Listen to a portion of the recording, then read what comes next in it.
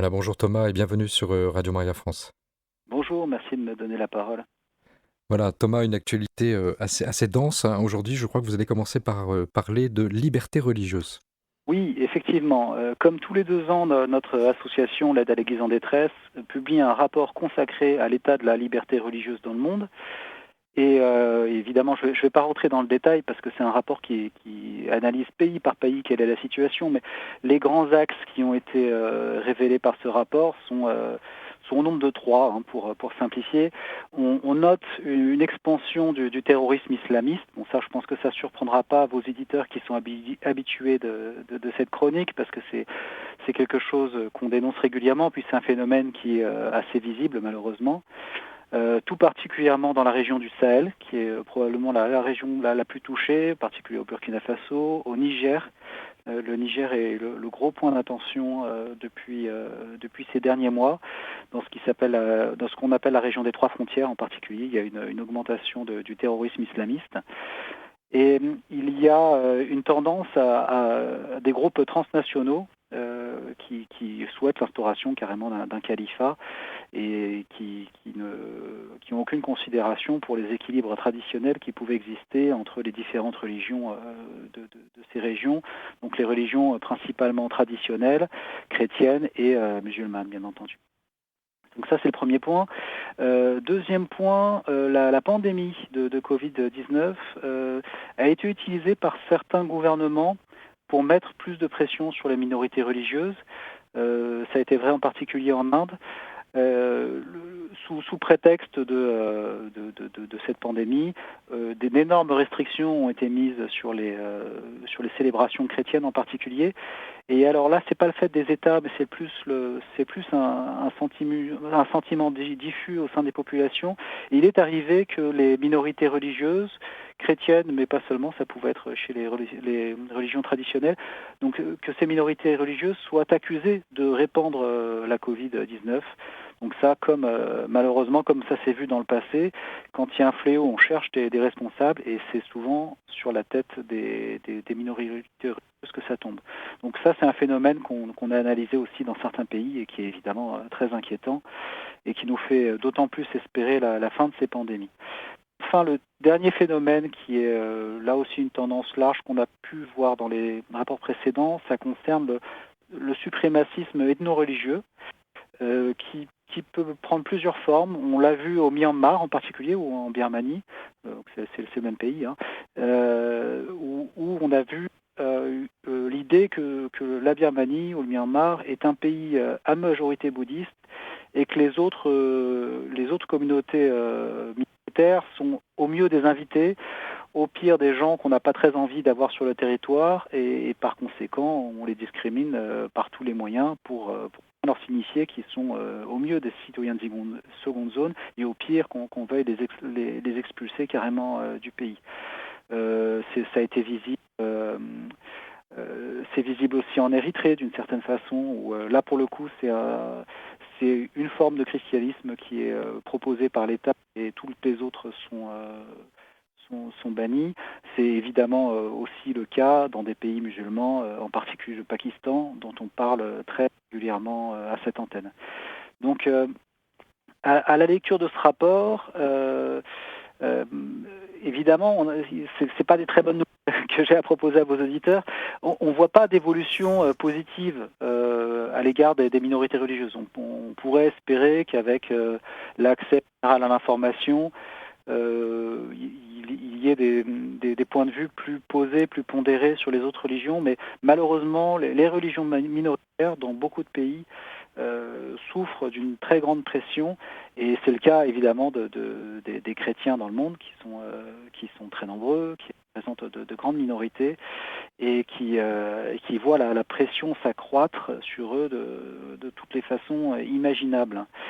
Euh, pour parler en chiffres, parmi les 196 pays qu'on a étudiés, à peu près dans un pays sur 3, il y a des violations notoires de la liberté religieuse.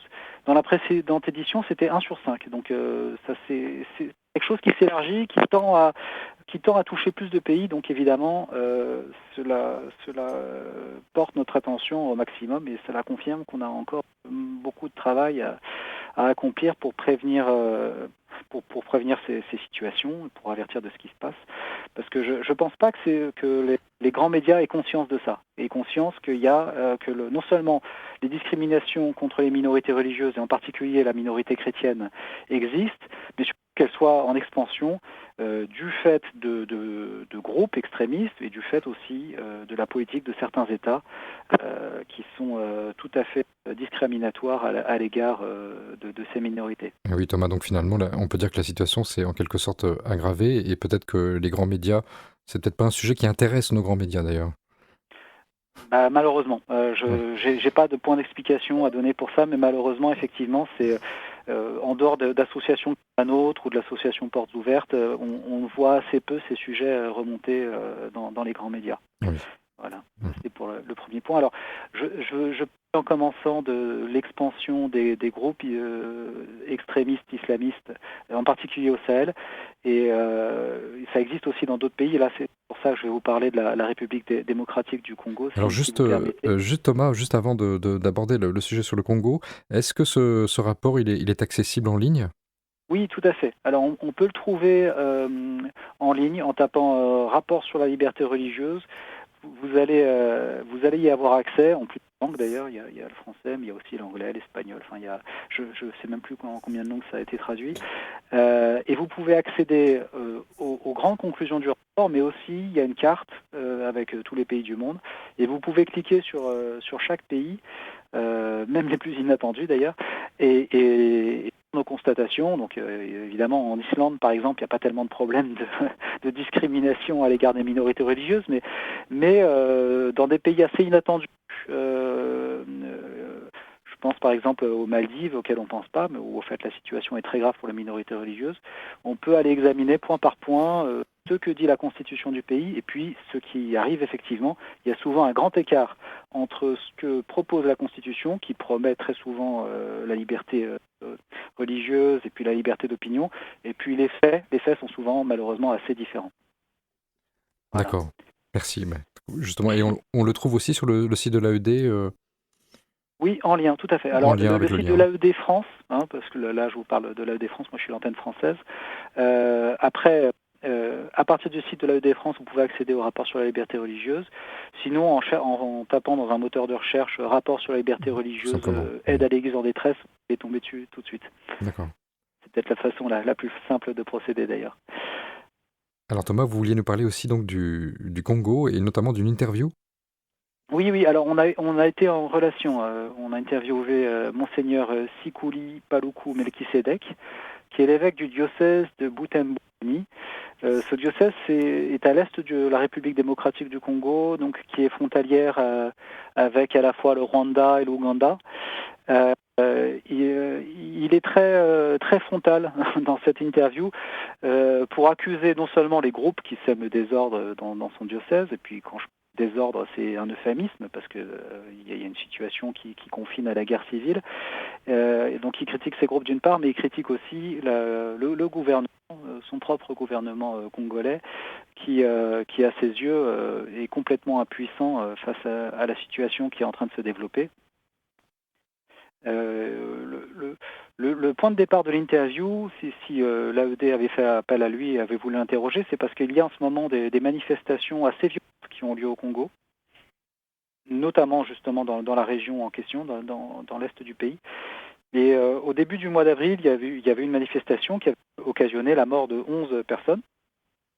Et cette manifestation avait eu lieu pour se plaindre de l'inaction des forces des Nations Unies qui sont supposées garantir la paix dans cette région. Mais au fait, ils constataient qu'à quelquefois, à quelques centaines de mètres des forces des Nations Unies, il y avait des actions terroristes qui avaient lieu et puis, en fin de compte, les terroristes s'en sortaient toujours.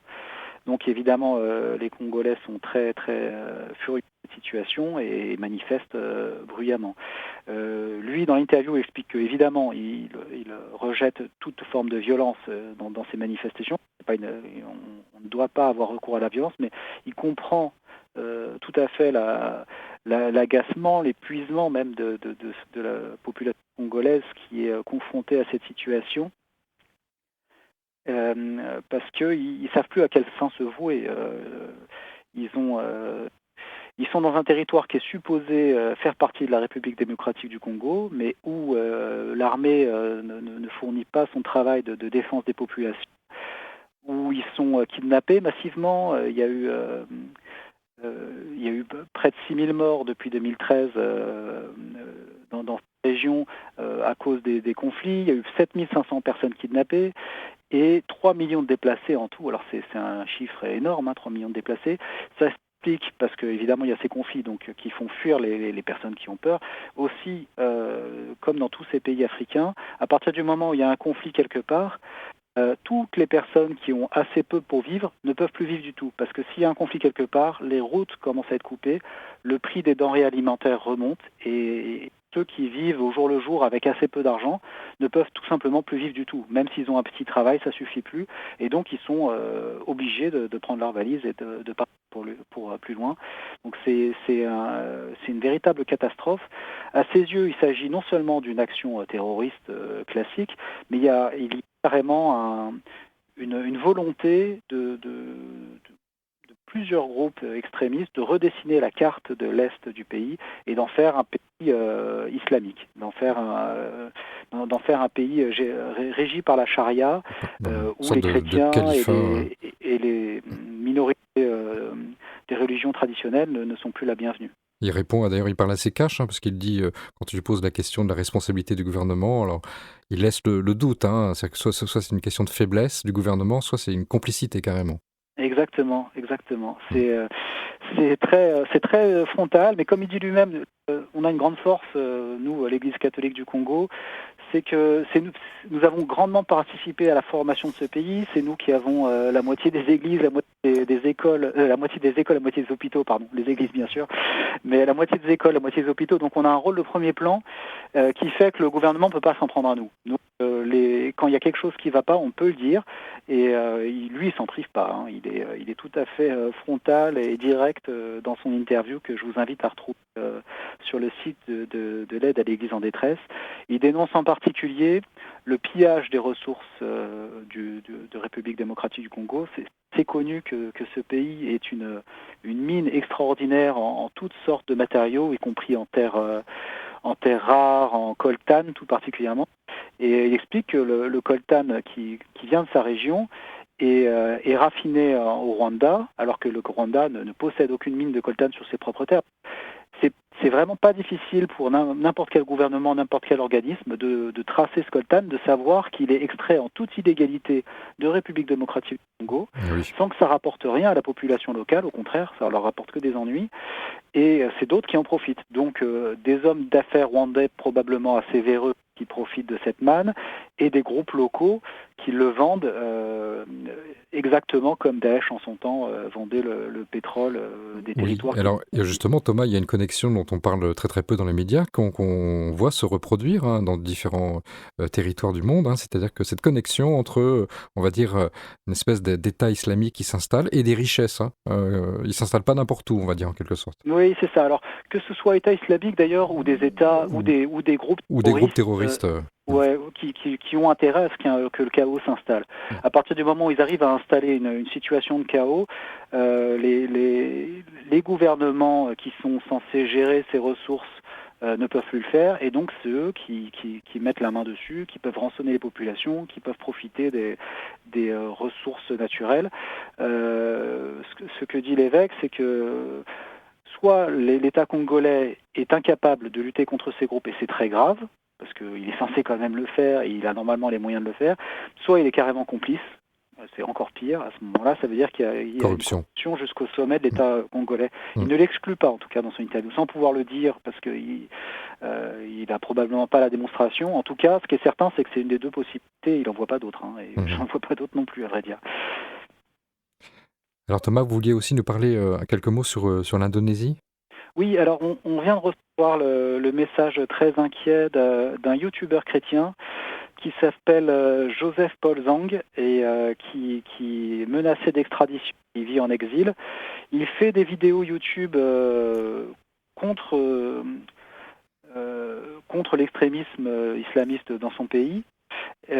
Alors, on est embêté avec ce bonhomme parce qu'il est effectivement extrêmement frontal et c'est pas forcément la meilleure stratégie à adopter parce que les musulmans indonésiens, si on attaque le prophète Mohammed, si on attaque leur religion, il y a peu de chances qu'ils soient amenés à avoir de bonnes relations après avec les chrétiens.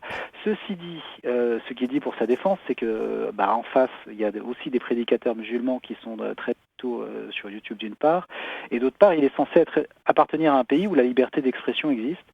Et malgré ça, il est attaqué pour blasphème, parce que la loi de blasphème existe en Indonésie, et est menacé à jusqu'à 5 ans de prison par l'État indonésien lui-même. Et ça, c'est outre évidemment toutes les menaces physiques qu'il reçoit par ailleurs. Donc, j'ai eu une interview de lui. On va très prochainement publier un article avec toutes les précautions à prendre avec un sujet tel que celui-ci. Évidemment, on ne souhaite pas tendre la situation en Indonésie, on ne souhaite pas lever les religions les unes contre les autres. Par contre, il faut mettre l'État indonésien face à ses responsabilités et lui rappeler que la loi s'applique pour tout le monde, que de même que les prédicateurs chrétiens doivent faire preuve de retenue, il faut que ceux qui sont musulmans en face fassent preuve aussi de retenue, de façon à ce que chacun puisse parler posément et faire avancer la concorde du pays qui en a besoin. Parce que malheureusement, là aussi, même si l'immense majorité des Indonésiens sont des gens tout à fait modérés, il y a une frange extrémiste qui est importante et qui tend à avoir une influence grandissante auprès de l'administration indonésienne. Donc on est en train de travailler sur ce sujet-là, justement. Eh bien Thomas, donc avant de rendre l'antenne, également un mot sur une prochaine visite du Saint-Père en Ukraine? Oui, alors c'est une possibilité. C'est une possibilité, c'est oui. pas encore garanti. Il est possible que effectivement le pape François se rende en Ukraine. C'est ce que souhaite beaucoup monseigneur Sviatoslav Shevchuk. Alors pardon si je le prononce mal, mais c'est le primat de l'Église gréco-catholique ukrainienne unie à Rome, qui est une jeune, entre guillemets. Alors elle est ancienne par le temps, mais elle est en train de renaître et de se redynamiser parce qu'elle avait été très fortement persécutée pendant la période soviétique, mais en train de remonter assez fort. C'est une église assez dynamique. Et la visite du pape François serait pour tout le monde une nouvelle, y compris évidemment pour la majorité orthodoxe du pays, parce que ça me remettrait un peu de normalité dans ce pays. Probablement ça réunifierait les chrétiens qui peuvent avoir tendance à s'opposer sur la question de l'union, enfin de l'union au patriarcat de Moscou ou un christianisme qui regarde plus vers l'Occident, si vous voulez, que ce soit chez les orthodoxes ou chez les catholiques. Oui, sur le plan religieux et puis sur le plan politique, c'est quand même un pays charnière où il y a des enjeux énormes entre exactement, et puis c'est un pays où le conflit n'a jamais été complètement résolu. Il reste les régions à l'est, le Donbass en particulier, continuent à être dans une situation de conflit larvé, où les frontières ne sont pas dessinées encore précisément, et il y a beaucoup de pression de l'Est et de l'Ouest contre l'Ukraine. Donc la visite du pape François pourrait être une bonne nouvelle effectivement pour ce pays.